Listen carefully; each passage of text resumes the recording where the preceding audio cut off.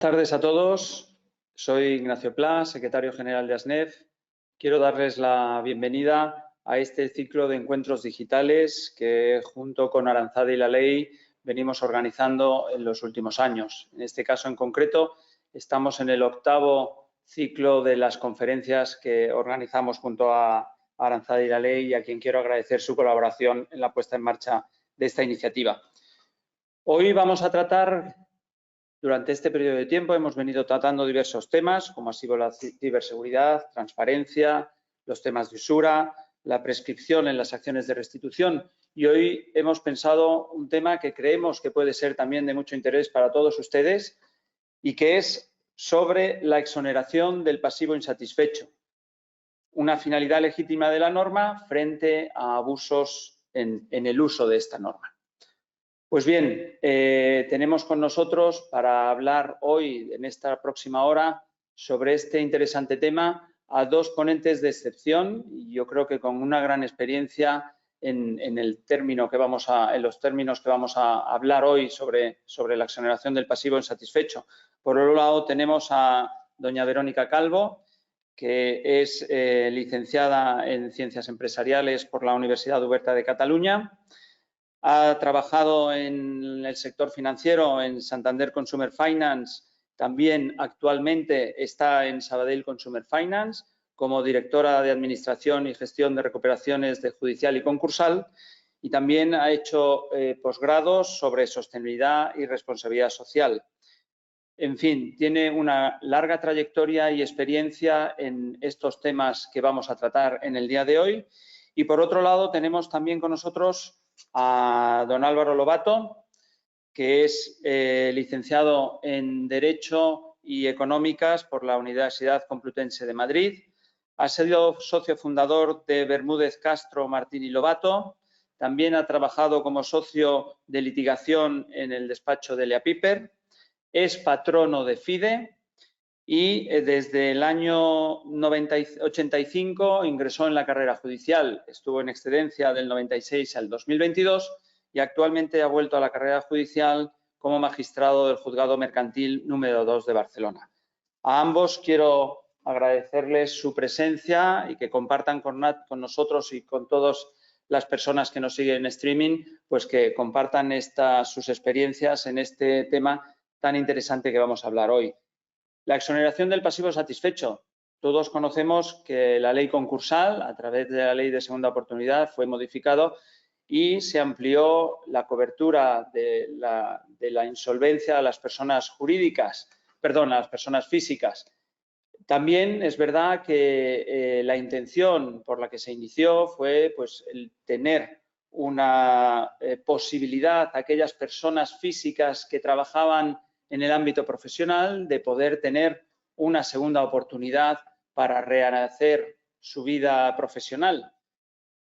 El legislador español tuvo a bien el poder extender a las personas físicas fuera de su ámbito empresarial la ley de segunda oportunidad. Todos hemos podido pasar en la vida pues, un bache o una circunstancia de desempleo, de una enfermedad, en fin, cualquier circunstancia que hubiera hecho que una situación financiera complicada hubiera podido ahogar a esa persona en su ámbito profesional y también en el personal. Estamos de acuerdo en que una ley de este tipo, que además también está vigente en toda Europa, pues es una ley justa que dé una segunda oportunidad a las personas para que puedan rehacer su vida profesional y personal en el ámbito financiero. Por eso, en las jornadas de hoy, uno de los temas es la finalidad legítima de la norma. Pero, desgraciadamente, estamos viendo que en los últimos años existe un abuso de esta finalidad de la norma, un uso abusivo de la norma, que es una parte que está afectando mucho a las entidades de crédito en concreto, porque nosotros como patronal de un sector de las entidades de crédito, pues estamos viendo que tiene una repercusión importante la exoneración del pasivo insatisfecho en estas entidades de crédito por ese uso abusivo. En España la litigación pues en los juzgados frente a las entidades de crédito en los últimos años es un tema muy importante, ha crecido de forma muy significativa. Y con esta norma y con un abuso de esta norma, pues hemos visto que también en los últimos año y medio, 2 años, está habiendo un crecimiento muy importante de peticiones a la magistratura de la exoneración del pasivo insatisfecho. Nos encontramos con casos, luego lo comentaremos ampliamente, espero, con los ponentes que vamos a contar esta tarde, pues está habiendo casos de usos abusivos, de personas que piden 4, 5, 6, hasta 10, 15 créditos en un breve espacio de tiempo y al poco tiempo, creo que con el ánimo de no devolverlos, así se pidieron, pues al poco tiempo se inicia este proceso de segunda oportunidad para la exoneración de todas esas deudas que se han pedido. Bueno, vamos a hablar de este tema, de las repercusiones que tiene no solo para las entidades de crédito, sino para todos aquellos consumidores que de una forma adecuada siguen cumpliendo con sus obligaciones contraídas en un contrato de financiación, en un producto financiero, y que el abuso o el uso abusivo repercute en que estas personas pudieran tener pues, tipos de interés más altos, puesto que las entidades están sufriendo pérdidas importantes debido a esta exoneración abusiva. No me refiero al uso legítimo de la figura de la segunda oportunidad, sino a un uso que va más allá de lo que está previsto en la norma o incluso contra el objeto con el que el legislador hizo esta normativa. Por mi parte, nada más. Yo vamos a distribuir unos 10 minutos aproximadamente. Daré la palabra a cada uno de los ponentes que tenemos esta tarde con nosotros.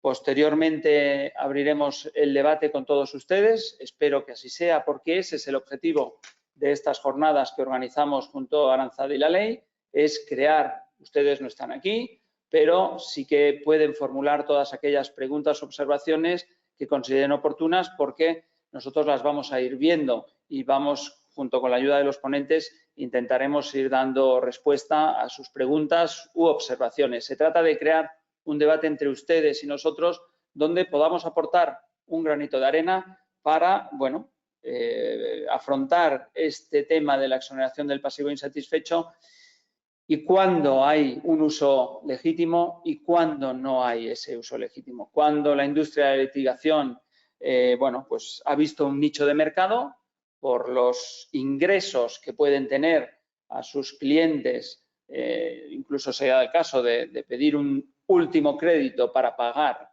a esta industria de litigación y después se le exonera incluso de ese crédito. Se ha llegado a dar esos casos. No estamos en contra, ni muchísimo menos, de los despachos y firmas de abogados que con un trabajo serio asesoran a sus clientes y puedan utilizar la norma con un fin lícito, pero sí de esta industria de litigación que lo que buscan, en nuestra opinión, en muchos casos es, pues eso, tener unos ingresos extras a base de exprimir hasta el límite el uso de esta norma. Pues como decía, voy a ceder la palabra, si les parece bien, al magistrado que está con nosotros hoy, a don Álvaro Lobato, para que, bueno, nos haga una pequeña introducción en su opinión respecto a cómo está siendo la utilización de esta norma en los juzgados. Muchas gracias, Álvaro, y cuando quieras tiene la palabra.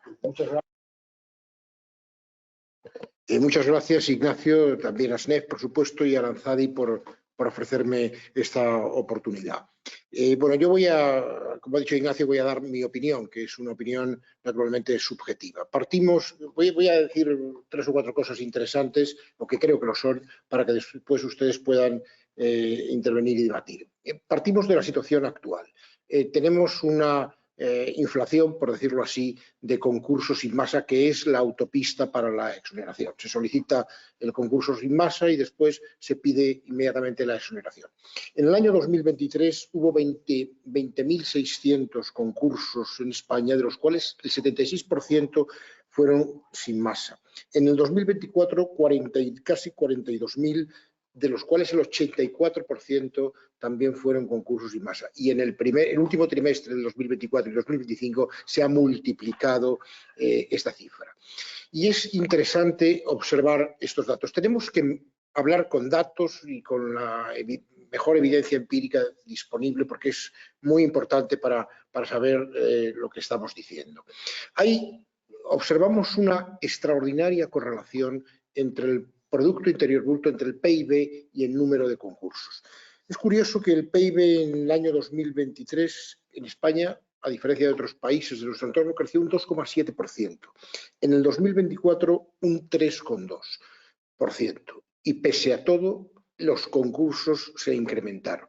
Digo que hay una alta correlación porque el histórico evidencia esto. Hasta el 2008 hubo pocos concursos. En el 2008 se dispararon. Después, en el 2013, descendieron a la mitad. Y en el 2015 al 2017, con un crecimiento del PIB del 3%, también disminuyeron. Por tanto, hay una tendencia, una evidencia empírica que acredita que hay una correlación positiva entre el número de concursos y el PIB. Cuando el PIB baja, el número de concursos aumenta. Pero es curioso que en el año 2023 y 2024 no ha sucedido así. Hay un factor que explica esto, es la aprobación de la reforma de la ley concursal del año 2022. Y este tema es muy interesante porque evidencia cómo una normativa pensada para una finalidad distinta está produciendo un efecto contrario. ¿Qué es lo que está pasando? Yo voy a dar, en mi opinión, que naturalmente es una opinión personal, ¿no? Pues está pasando dos cosas. Primero, que en este país, en mi opinión, se ha generalizado una especie de cultura del incumplimiento. No en toda la sociedad española, pero hay una parte de España, hay una España moderna, hay una España ilustrada, una sociedad abierta al mundo, de jóvenes emprendedores que hablan inglés y que estudian matemáticas, y son las mujeres y los hombres que están construyendo lo mejor de este país. Pero hay otra España, por emular a Ortega, una España oscura y siniestra. Yo en alguna ocasión he hablado de la España sindicalizada, de esa España que vive de las subvenciones, del proteccionismo y de las restricciones, vive amparada en una especie de burbuja y demanda permanentemente protección.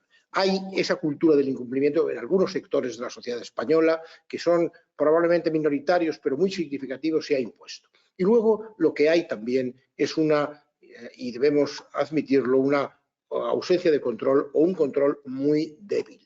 Y esto pues obedece también a muchos factores, a una interpretación laxa de lo que es la negligencia o temeridad, que es una de las causas por las que se puede denegar la exoneración, pero en este ámbito, a diferencia de otros, pues la jurisprudencia ha acuñado un concepto un tanto permisivo, con lo cual pues son muy pocos los concursos o las exoneraciones que se deniegan por este concepto. Por tanto, pues es desde el concurso sin masa, desde la solicitud hasta la exoneración, pues es una especie de pasarela en la que no hay casi control y muy pocos obstáculos.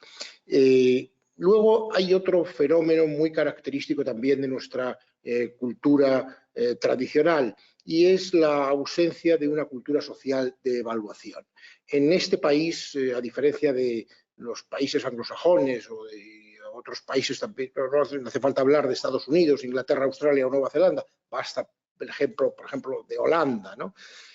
Aquí no hay evaluación, no se evalúan los resultados de las políticas públicas. No hay evaluación ex ante y no hay evaluación ex post. Hay una ley, curiosamente hay una ley de 20 de diciembre del año 2022 que institucionaliza la evaluación de las políticas públicas. Pero asombrosamente en esta ley no se emplea ni una sola vez la palabra o la expresión coste-beneficio. La relación entre coste y beneficio, la evaluación de cómo una política pública produce más beneficios que perjuicios, es elemental, es esencial y forma parte de la metodología del Banco Europeo de Inversiones, del FMI, de todos los organismos que están hoy en el juego económico.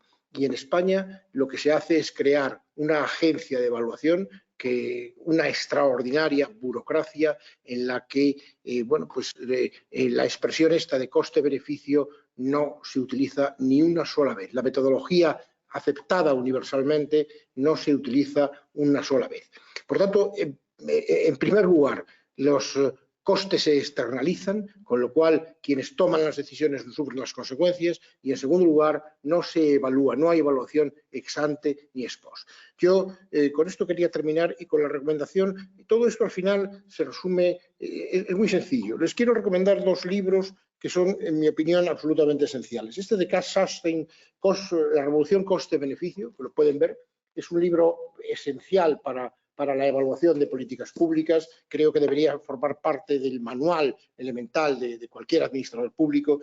Y después un libro de Nassim Nicholas Taleb, Skin in the Game, Jugarse la piel, este está traducido, que es interesante porque nos damos cuenta de cuando se externalizan los costes y cuando se toman decisiones cuyas consecuencias sufren otros, pisamos a fondo el acelerador, porque a todos nos gusta sentirnos y ejercer de manera muy altruista bueno, pues el beneficio público, sobre todo cuando no pagamos los costes. Me viene a la memoria una frase de Pablo de Lora, que ha escrito un libro maravilloso, se llama Los derechos en broma, y que decía que en la lucha contra el mal lo importante es sentirse bien.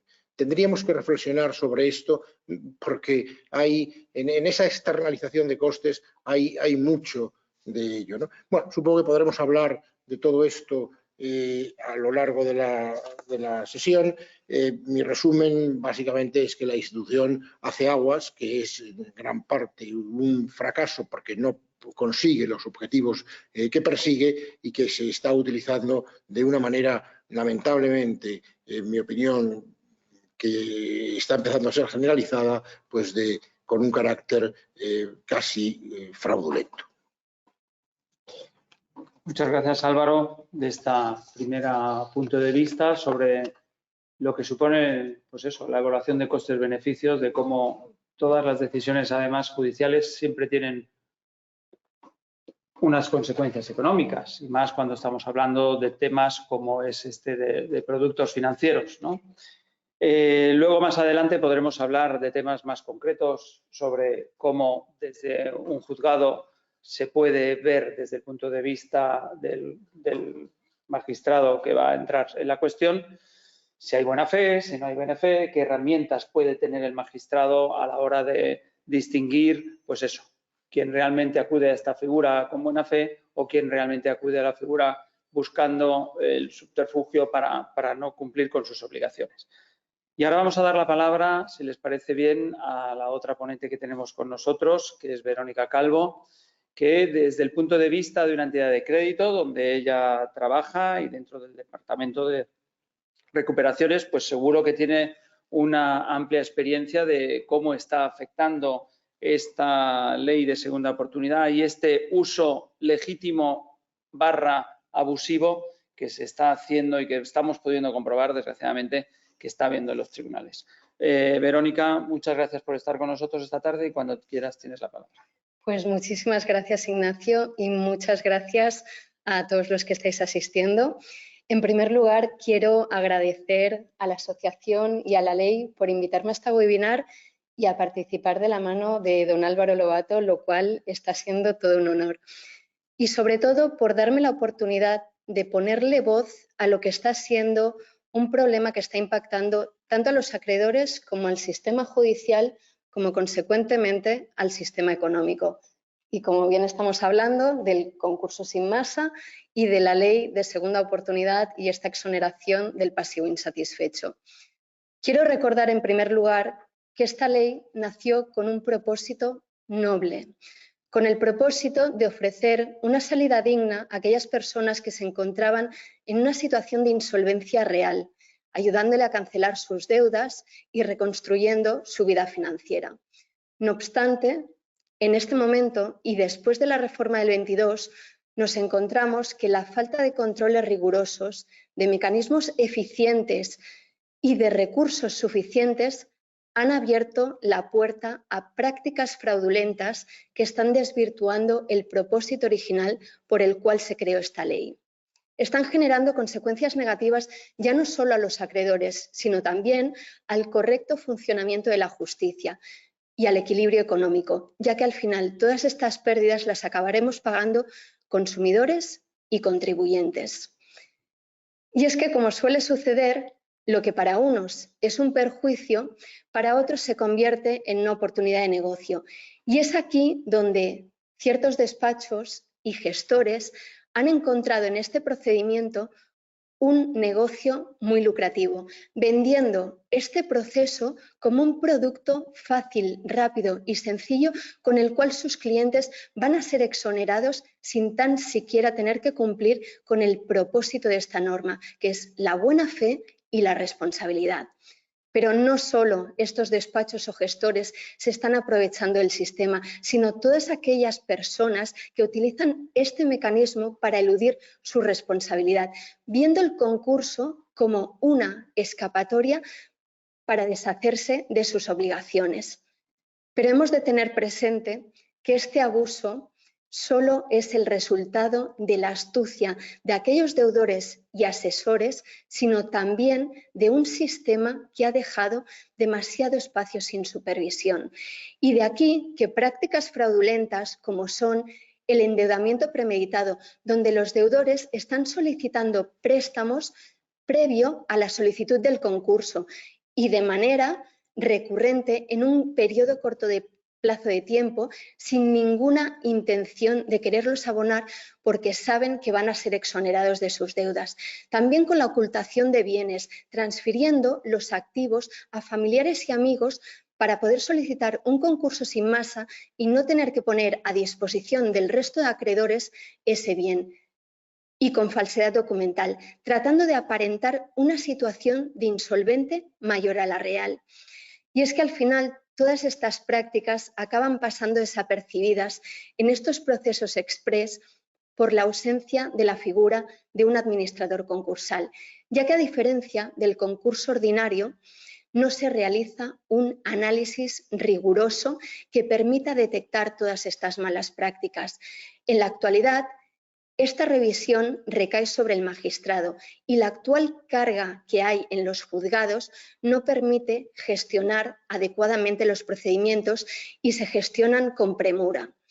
Añadir también que en el actual proceso no está regulado que pueda acceder el acreedor y que pueda alertar sobre posibles irregularidades, ya que actualmente nos enfrentamos a dificultades insalvables como son que no siempre ostentamos el porcentaje mínimo del pasivo y además tampoco podemos asumir los honorarios de un administrador concursal, ya que resulta inasumible en la gran mayoría de casos. Y debemos añadir también el corto plazo de tiempo desde que un cliente se declara en concurso hasta que obtenemos el informe, podemos analizarlo y tomar una decisión. En definitiva, todas y cada una de estas particularidades están incentivando la solicitud de concursos sin masa e impulsando el sobreendeudamiento irresponsable, pudiéndose agravar cada 2 años. Este uso inadecuado no solamente genera injusticia, sino que también está impactando a diferentes niveles. A nivel económico, está ocasionando pérdidas millonarias para los acreedores, generando una presión que se está traduciendo en un endurecimiento de los requisitos y las condiciones, perjudicando a aquellos que sí son responsables con sus finanzas. Esto en el mejor de los casos, porque para aquellos acreedores que no tienen capacidad, acaban cerrando sus negocios. A nivel judicial está provocando una saturación en los juzgados mercantiles, lo cual afecta a la eficiencia del sistema judicial, retrasando procesos de manera significativa y a nivel social fomenta una cultura de irresponsabilidad financiera, donde el mensaje que estamos dando a la sociedad es que pueden eludir de sus obligaciones sin consecuencias reales. Todo esto, al final, da lugar a una crisis de confianza, donde los acreedores y deudores se ven atrapados en un círculo vicioso que debemos restaurar y garantizar mecanismos que cumplan con el propósito original de la ley. Debemos pensar en soluciones globales que favorezcan la justicia social y establezcan la economía. Debemos proteger al deudor, ofreciendo una ley de segunda oportunidad accesible y ágil, garantizando, si es necesario, la justicia asequible o gratuita. Debemos permitir esa cancelación de deudas que realmente son de buena fe, tras un análisis transparente. Hay que proteger los bienes del deudor y, sobre todo, ofrecer educación financiera. A nivel de fraude, sería necesario que el deudor demostrase que realmente ha actuado de buena fe y los expertos deberían intervenir para garantizar una revisión rigurosa. También sería necesario la aplicación de sanciones que evitarían el abuso y generarían una disuasión. Y hay que minimizar el impacto económico para equilibrar el sistema, regulando que los acreedores puedan presentar alegaciones desde el inicio de la declaración del concurso, poder negociar planes de pago antes que ir directamente a las exoneraciones totales. Y es crucial hacer un seguimiento temporal de aquellas personas que han sido exoneradas para garantizar que han hecho un buen uso de sus finanzas. A nivel judicial, debe agilizarse el proceso con formularios estandarizados que aporten la información esencial para la toma de decisiones rápidas y sencillas. Necesitamos plataformas digitales para estar informados en todo momento todas las partes afectadas de manera transparente, y es necesario que los expertos actúen y garanticen un análisis riguroso. En definitiva, el concurso sin masa y la ley de segunda oportunidad son herramientas muy valiosas, siempre y cuando se apliquen correctamente, pero el abuso y la falta de control están desvirtuando este propósito original. Y para garantizar que sea justo y equilibrado, es imprescindible reforzar los mecanismos de supervisión, proteger al deudor responsable, a los acreedores y asegurar que estas medidas lleguen realmente a aquellas personas que lo necesitan. Muy bien, muchas gracias, Verónica, por esta primera exposición de cuál es vuestra opinión como entidad de crédito en representación de las entidades y cómo veis desde dentro la aplicación de esta ley de segunda oportunidad y de las consecuencias que pueda tener. Has nombrado algunas posibles soluciones que desde luego iremos viendo. Y hay una cosa que yo quisiera resaltar, que es, y lo has comentado también, Verónica, que es la educación financiera. Efectivamente, un consumidor con una educación financiera adecuada debe saber manejar sus ingresos y sus gastos, debe saber poder hacer una planificación financiera de lo que es su vida cotidiana, saber hasta dónde puede endeudarse y qué gastos tiene a diario para poder sobrevivir y llevar una vida adecuada. Ojo, con posibilidad de tener financiación en determinados puntos de su vida. Todos hemos acudido en alguna ocasión a financiar algún bien o algún servicio, incluso la compra de una vivienda, pero todos hacemos un presupuesto, cuánto podemos dedicar a esa financiación y cuánto podemos dedicar a la vida diaria que vamos a necesitar seguir usando. Eso es educación financiera y que ASNEF, junto al Banco de España y la CNMV, pues estamos trabajando para trasladar, y ojalá fuera así, desde el inicio en los propios colegios, una obligación, una asignatura obligatoria en los propios colegios desde pequeños para aprender a tener esa educación financiera que evitaría en muchos casos, y estoy hablando siempre de personas con buena fe, evitaría en muchos casos llegar a esa situación de sobreendeudamiento que pudiera llevarles a solicitar este caso de concurso de personas físicas.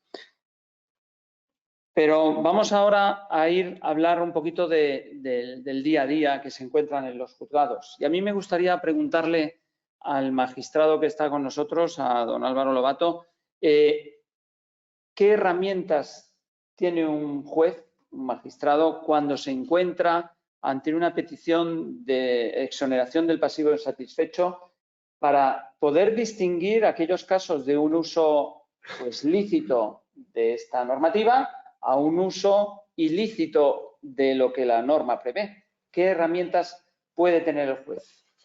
Pues gracias, Ignacio. Sí, hay herramientas. Y hay herramientas para detectar el fraude. Junto con la solicitud de concurso, el deudor está obligado a presentar determinada información. Información en relación con sus acreedores, una lista de acreedores que debe determinar a cuánto asciende el pasivo, los ingresos que percibe, si tiene ingresos regulares en los activos que tiene, una memoria que explique las causas de la insolvencia y después, pues, y en esa memoria deben constar, por lo menos se puede requerir esa información, cuáles son los recursos de los que disponía en el momento de la solicitud de los créditos cuya exoneración pretende.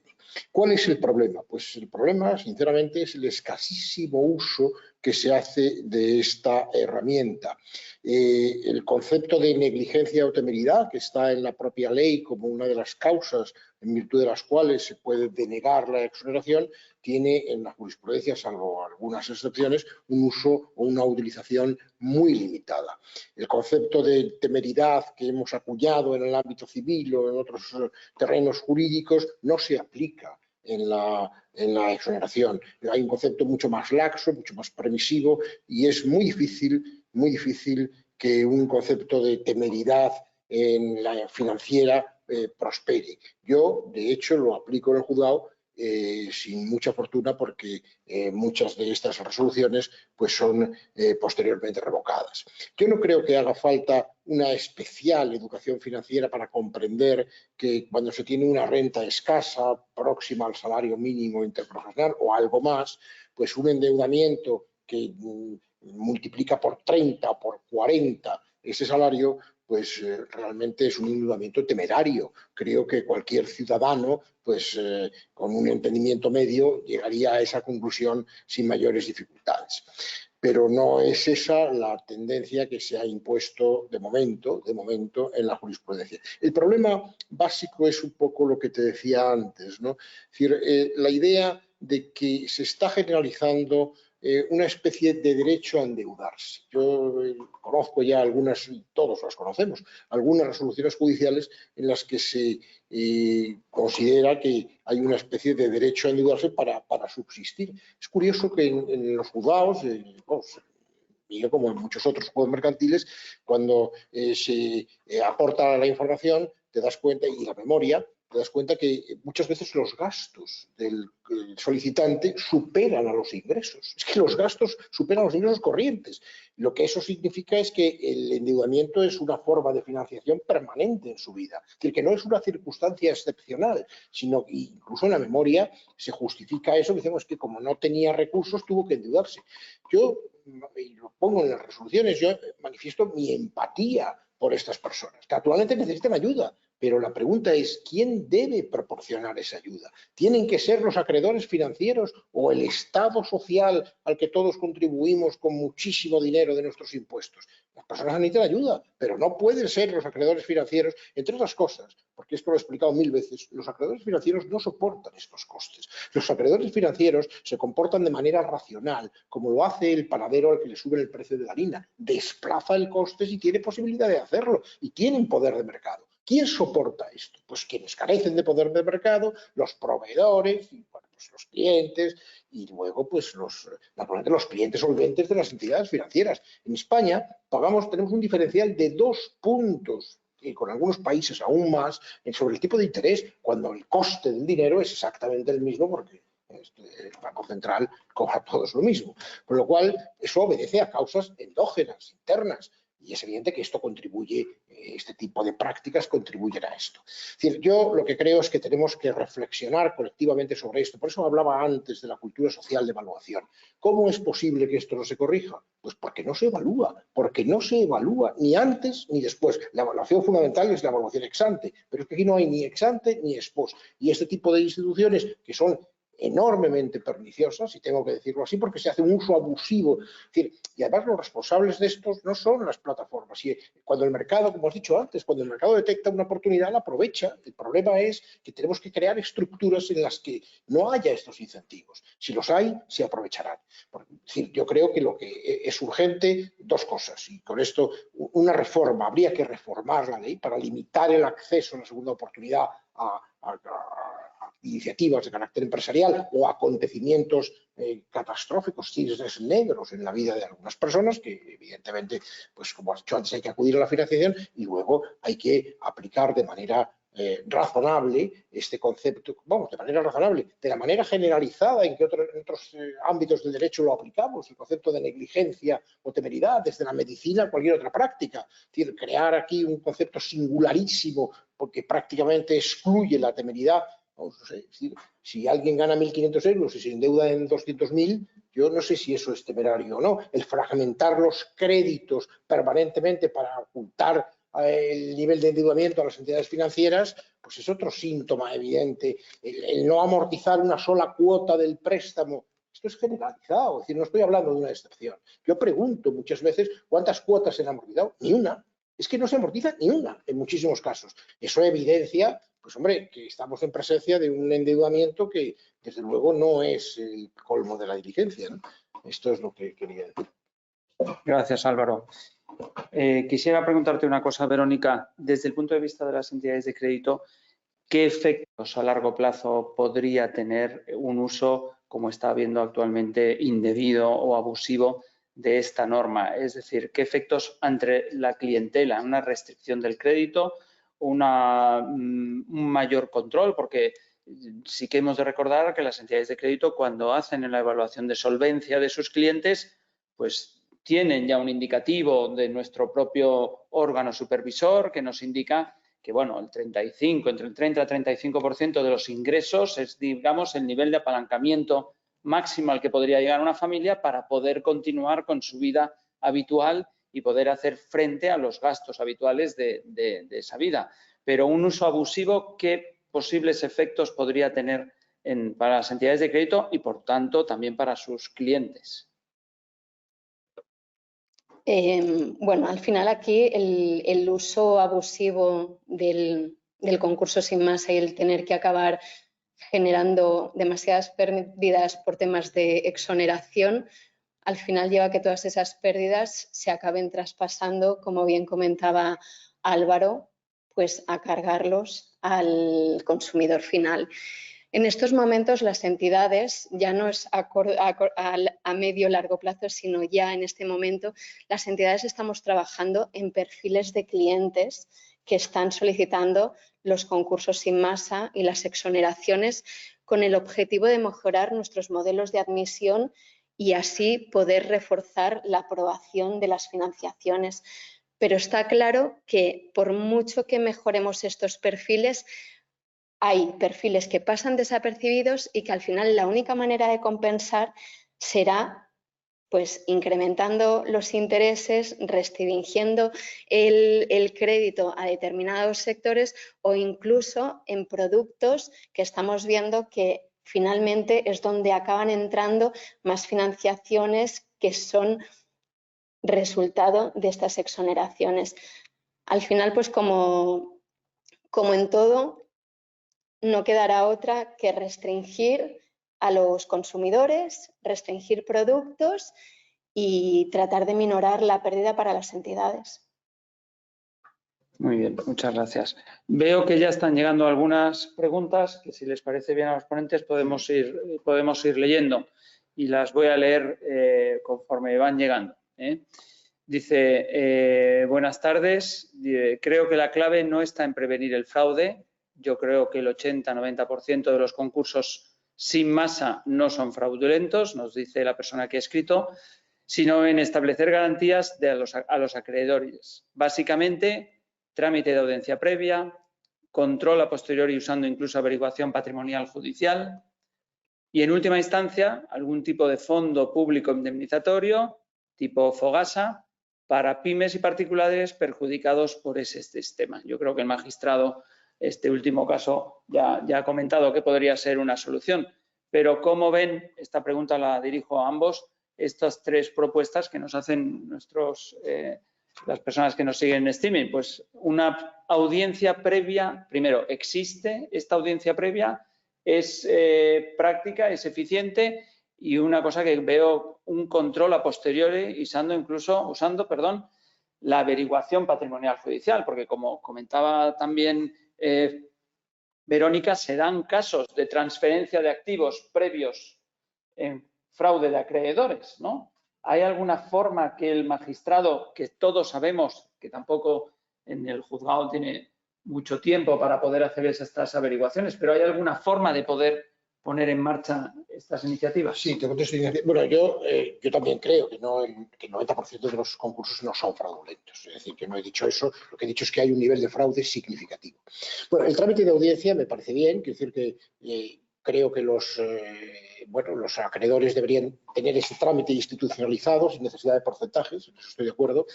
Lo que sucede es que, claro, ¿cuál es el problema? El problema es que los acreedores, aun teniendo ese trámite de audiencia previa, para oponerse a esto, porque claro, al final lo que hacen es desplazar el coste. Quiero decir que es que, yo, si fuera abogado de un banco, yo no te recomendaría que te personaras en un concurso para tratar de contradecir o para tratar de ponerte a la exoneración. Es mucho más sencillo desplazar los costes, que es el comportamiento racional, y eso es lo que hacen. Por tanto, no sé si eso sería muy útil. En cualquier caso, sí, creo que, siempre es mejor que estén. Luego, el control a posteriori, el control tiene que ser ex ante, no después. Después no tiene mucho sentido porque la revocación de la exoneración es compleja. El control tiene que ser antes. Hay que controlar, con los datos que se proporcionan en la solicitud de concurso, hay que controlar la exoneración en ese momento.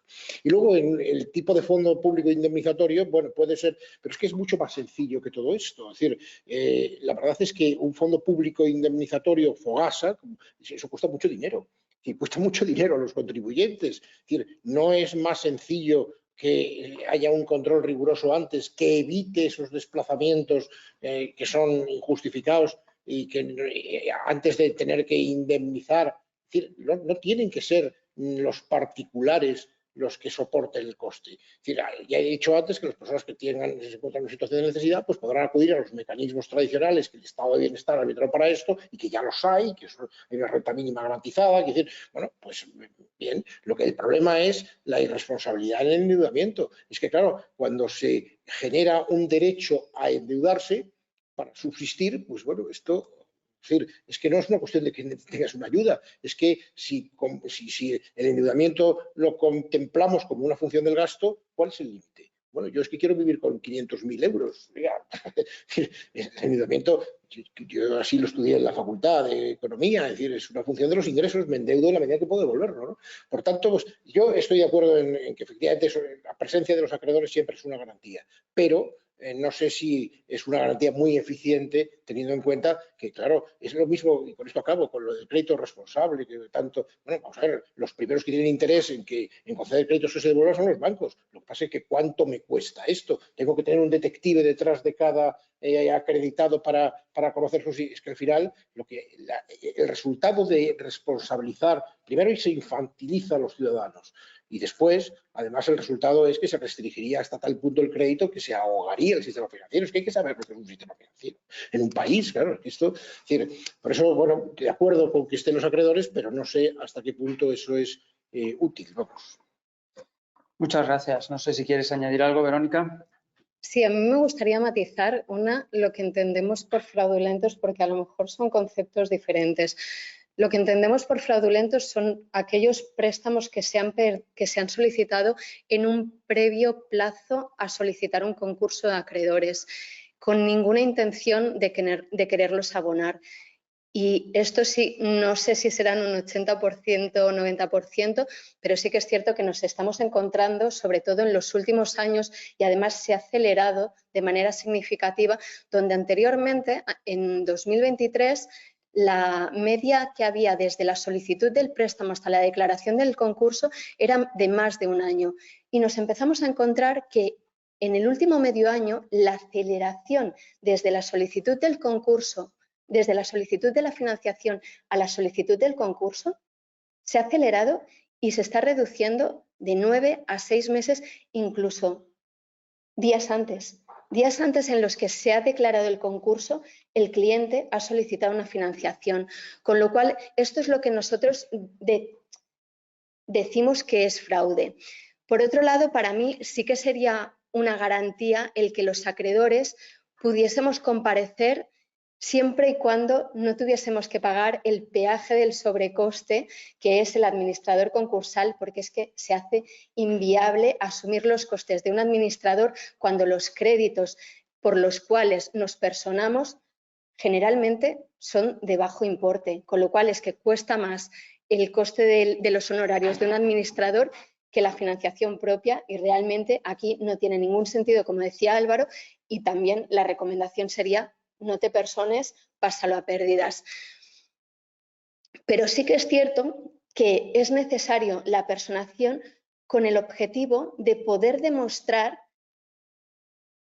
cuán real es lo que el cliente está informando. Es decir, informar sobre los créditos que se están concediendo en un corto plazo. Por otra parte, también...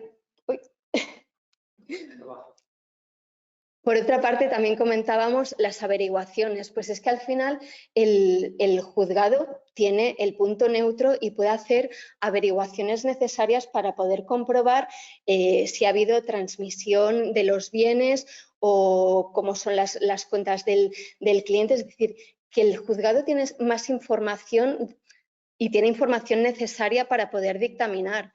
Y bueno, al final yo creo que si ponemos la voluntad de todas las partes, tanto de los acreedores como del juzgado, podremos evitar pues, que estos préstamos fraudulentos acaben solicitando un concurso sin masa. Una cosa que quisiera poner sobre la mesa para ver si hay alguna posible solución, porque si no estoy equivocado y si lo estoy, corregidme, por favor, creo que la norma dice que cuando hay una primera exoneración o una exoneración del pasivo insatisfecho, si no hay masa, el solicitante no podrá volver a solicitarla hasta pasados 2 años. Y si hay masa, 5 años. Por otro lado, se da la circunstancia de que tanto ante la CIRBE, es decir, la Central de Riesgos de Información del Banco de España, como ante ficheros de solvencia patrimonial y crédito, como puede ser el fichero ASNEF, tenemos la obligación, por materia de protección de datos, además, de inmediatamente que tenemos conocimiento del auto exonerando este pasivo, pues dar de baja esa deuda, tanto en la declaración a la CIRBE por parte de las entidades de crédito, como a los ficheros que pueda haber privados de solvencia. La pregunta está en si esta persona vuelve a hacer otra vez. Es difícil conjugarlo, porque claro, la ley de segunda oportunidad lo que pretende es que todo el mundo tenga esa segunda oportunidad de volver a iniciar un proceso en su vida económica. Pero ¿hasta qué punto podríamos tener conocimiento y fuera o no necesario o conveniente tener la información de que esta persona ya ha pedido una primera exoneración? Ojo, no ayudemos a volver a endeudarla para que dentro de 2 años estemos en la misma situación de una persona sobreendeudada que vuelva a pedir la exoneración por segunda ocasión y así sucesivamente. Las comparaciones son odiosas y no es el caso, pero digamos que una persona que tiene una enfermedad de ludopatía, hay un registro donde se inscribe para no poder entrar en casinos, en salas de juego, bingos, etcétera. Eso ayuda a evitar esa situación. En este caso, ¿cómo podríamos ayudar a la persona que ya ha solicitado y que ha demostrado pues, que ha tenido un bache y que ha tenido que pedir una exoneración, el que no vuelva a ponerse en el mismo situación dentro de un par de años? Existe la evaluación responsable por nuestra parte y así se hace, pero ya la experiencia nos demuestra que aun habiendo una evaluación responsable por parte de las entidades, existen entidades no reguladas donde nadie conoce el nivel de endeudamiento de esa persona, puesto que no figura en la CIRBE ni figura en ningún lado las deudas concedidas por entidades no reguladas que pueden llevar a la persona a volver a sobreendeudarse. No sé si hay alguna solución o alguna idea sobre cómo poder ayudar a estas personas a no volver a llegar a esa situación. Es difícil. Es una pregunta muy difícil porque al final es difícil controlar qué es lo que pretende una persona. Es decir, debería ser suficiente el hecho de que por primera vez solicitase una exoneración porque se ha visto en una situación de insolvencia y debería darse una segunda oportunidad para que pueda rehacer su vida económica y poder solicitar créditos. Sería lo ideal. El problema está que actualmente el uso que se le está dando al concurso sin masa al final solo pretende eludir la responsabilidad y deshacerse de sus obligaciones, con lo cual volvemos a entrar en el círculo de volver a sobreendeudarse y otra vez en 2 años solicitar la exoneración. Es muy difícil controlar esto sin un registro y creo que quizás somos el único país de la Comunidad Europea que no tiene un registro de quiebra, porque hay otros países que tienen este registro de quiebra.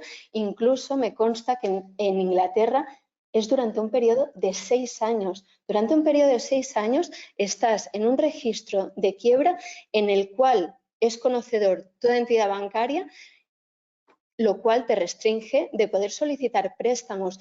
Y si no te deniega la solicitud de préstamos, lo que sí que es cierto es que son más exigentes, te pedirá avales, te pedirá garantías, incluso el tipo de interés que te puedan ofrecer será mayor. Pero a día de hoy, en España, no hay mecanismo actual que permita regular esto. Bueno, mi opinión es exactamente la misma. No alcanzo a comprender por qué en el CIRBE no deben figurar este tipo de datos. Es decir, estamos siempre... Es decir, el derecho continental, no solo en el caso de España en general, es muy regulatorio y muy prohibitivo. Yo creo que el sistema anglosajón en eso funciona mucho mejor.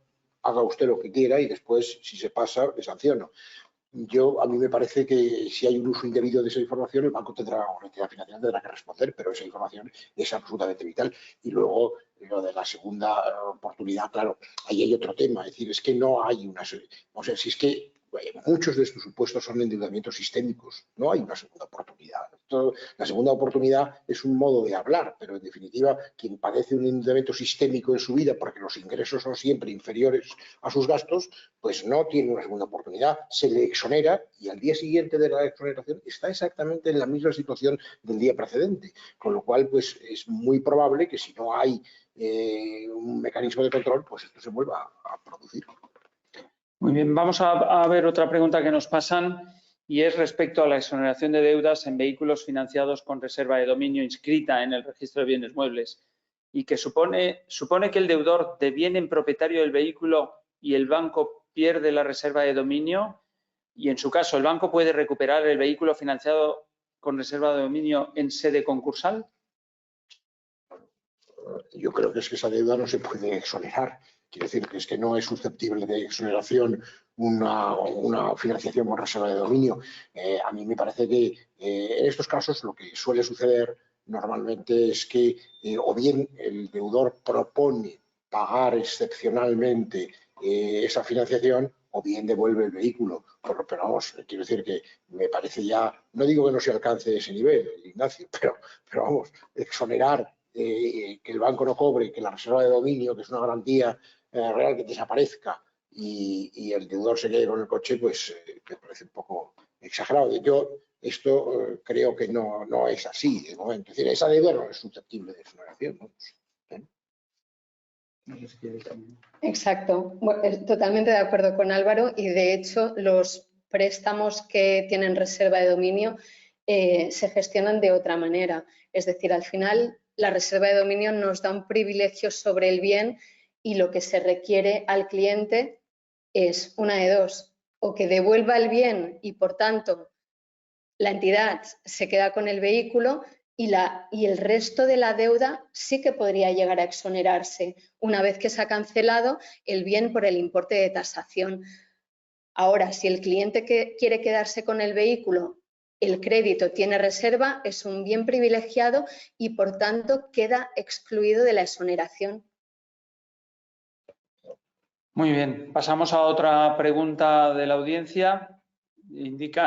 ¿Consideran adecuado que se incluya dentro de esa eventual reforma de la exoneración del pasivo insatisfecho una sanción a aquella entidad financiera que no hiciera análisis de solvencia previo del deudor? Es decir, aquella entidad que no haya hecho solvencia previa no podría impugnar la exoneración.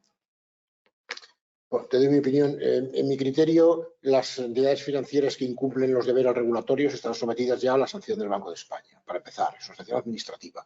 Y después, yo no tendría inconveniente en admitir esto. Lo que pasa es que me parece que es una manera un poco hipotética de hablar, porque las entidades financieras, por su propio interés, hacen análisis de solvencia. Es decir, lo que pasa es que ¿cuál es el límite del análisis de solvencia? Es evidente que lo que no puede costar más es el análisis de solvencia que la rentabilidad del préstamo. Por lo tanto, pues bueno, los análisis se hacen en Estados Unidos, en algún banco que conozco, se hacen por inteligencia artificial. Bueno, y funciona. Entonces, bueno, ¿qué es el análisis de solvencia? Definamos el análisis de solvencia, pero el análisis de solvencia no es poner un detective detrás de cada persona para ver si me puede pagar o no, ¿no? Entonces, yo creo que las entidades financieras, por su propio interés, no porque sean bondadosas o generosas o altruistas, por su propio interés, hacen análisis de solvencia. Y quien no lo hace, pues y cumple un deber regulatorio, está sometido a la sanción de la FEPA, como tú sabes muy bien, ¿no, Ignacio? Efectivamente, así es. Las entidades de crédito reguladas tienen el supervisor, que es el Banco de España, que les puedo asegurar que es, bueno, pues es muy serio en este tema, y uno de los temas que siempre requieren es que las entidades de crédito hagan una evaluación previa de la solvencia, solicitando. Tenemos, por otra parte, un grupo de entidades no reguladas. No digo que dentro de ese grupo de entidades no reguladas no haya entidades serias que hagan también una evaluación de la solvencia de su posible cliente, pero sí que es verdad que sabemos, e incluso se publicitan en televisión, en radio, en prime time, pues que venga usted, que le damos un crédito incluso sin pedirle la nómina, lo cual conlleva a una pregunta, la última que podemos hacer porque nos quedan 2 minutos, y es la siguiente. Hemos dicho anteriormente que las entidades de crédito, cuando hacen la evaluación de la solvencia, pues siguiendo las recomendaciones de nuestra entidad supervisora, el Banco de España, pues evaluamos, bueno, pues entre el 30 y 35% de los ingresos para que no quede comprometida la vida diaria de una familia. Pero puede darse el caso de que, bueno, una entidad primera da un pequeño préstamo o crédito a una persona, cumple perfectamente ese ratio de endeudamiento, de apalancamiento. Otra entidad segunda financia, pues digamos, un televisor o un viaje o lo que sea, cumpliendo dentro de que ambos créditos donde sí se tiene conocimiento, que es la CIRBE, ves que se puede cumplir, pero vete aquí que luego no sabemos fuera del sistema regulado qué otras deudas tiene esa persona y que no ha podido no comunicarnos. Llegado el momento, ante la solicitud de un juez, las 2 primeras entidades han cumplido diligentemente su obligación de evaluar esa solvencia. El mismo trato a quien no ha cumplido esa obligación, dándole la vuelta a esta pregunta, ¿no sería razonable no exonerar a quien no ha tenido en cuenta ese ratio de endeudamiento y sí exonerar a quien no lo ha tenido en cuenta? Es decir, usted ha sido dirigente, entidad de crédito, estaba dentro del 30-35 máximo, teniendo en cuenta lo que usted ha podido conocer, pues oiga, quien ha sobrepasado a sabiendas este nivel, esa parte no se la vamos a exonerar, el resto no lo podemos exonerar. Es decir, perjudica a quien ha sido diligente contra quien no lo ha sido. Pregunto. No sé si me he explicado bien. Es darle la vuelta a la misma pregunta que nos han hecho antes. Verónica está dentro de las reguladas, por lo cual estaría a favor. Exacto. Al tiempo, pero tenemos 1 minuto. Bueno, al final yo creo que el objetivo de todas las entidades bancarias es hacer buenos préstamos, porque el único objetivo que tenemos es recuperar la deuda. Con lo cual, yo creo que al final cualquier entidad hace las revisiones necesarias para dar un crédito responsable. Pero es que lo que me sorprende de esta pregunta es que estemos solicitando responsabilidad a las entidades cuando a quien se les debería solicitar responsabilidad es, por un lado, aquellas personas que están solicitando estos concursos sin masa y exoneraciones después de haberse sobreendeudado de manera voluntaria, y por otro lado a todos estos asesores que ni tan siquiera han llegado a analizar si realmente ese cliente se encontraba en una situación de insolvencia. Entonces, que estemos tratando de cargar la prueba contra las entidades bancarias es que, sinceramente, a mí me parece el colmo de es un índice del desplazamiento del debate. Totalmente. Pues queda la respuesta clarísima, ¿no? Quien ha cumplido su obligación diligentemente frente a quien no ha cumplido ya sobreendeudado al cliente. Pues aquí termina el tiempo que teníamos previsto y comprometido con ustedes de 1 hora. Quiero agradecerles su asistencia, espero que les haya podido parecer interesante el debate que hemos tenido. Bueno, se han aportado ideas, es un problema al que nos enfrentamos a diario y con una difícil solución. La legislación está ahí, quizá es necesario una modificación de la legislación para evitar esta picaresca que está ocurriendo en la utilización de la ley de segunda oportunidad. Doy las gracias a los ponentes, a don Álvaro y a doña Verónica por estar esta tarde con nosotros, y a ustedes les emplazo a las siguientes ponencias y ciclos que tendremos junto a Aranzadi y la ley con otros temas interesantes. Muy buenas tardes y muchas gracias a todos. Gracias. Gracias.